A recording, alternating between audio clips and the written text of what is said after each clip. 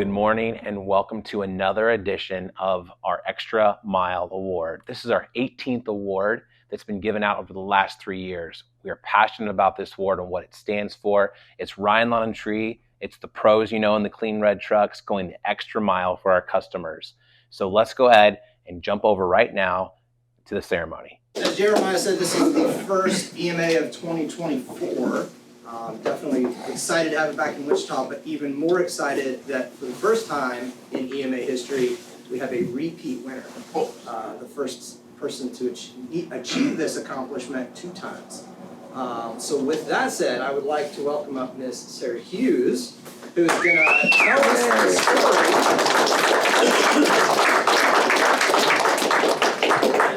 story. So Sarah's going to tell us the story as to kind of why she got the nomination, but also include some of the other people in this room that we want to recognize as well for helping go above and beyond for our customers. So we'll give you that, and then I'm going to step out and let you take it from here. Thank you. So, for those of you that may not know who I am, marketing that's come to visit, my name is Sarah Hughes. I work in ROL here in Wichita, and we have a customer in ROL here. His name is Ed Burnette. We've done several landscape jobs for him. In ROL, in the ROL world, we know him because he likes to do stone edging on his property, but in small increments. So we've been to his house probably 8 times at least just to put stone edging in various places around his property. Replace shrubs, add new ones. This past December, actually added a step down for his patio with a natural stone and a little bit of other kind of hardscape stuff that I wasn't on.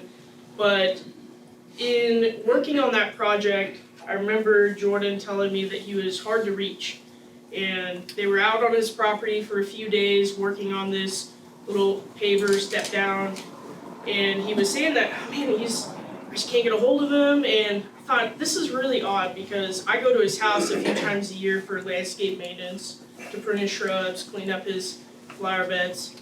And I know him pretty well. He lives down in Derby. I've stopped by his house after work a time or two when he needed something or we forgot something out there. And I thought, man, that's like really odd that he's not answering his phone because I always either call him or text him. He always answers within 24 hours. So I knew something was up, but I didn't want to pry and prod. But then in January, I got a text message out of the blue from Ed that said, hey Sarah, just want to let you know, my wife Becky passed, and when you come out to plant my annual flowers this spring, can you plant her favorite flowers, the yellow marigolds? And I texted back and said, of course, I'd be happy to do that. I'm going to put those notes in there right now. I'm so sorry for your loss. If there's something we can do, please let us know.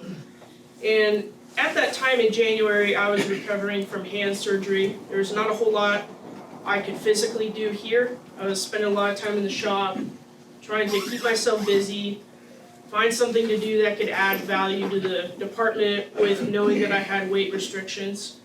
And I thought this would be an awesome opportunity for ROL to give back something to Ed because he's poured so much time and effort into repeat projects with ROL. And we just wanted to show appreciation for recognizing that he keeps coming back for us.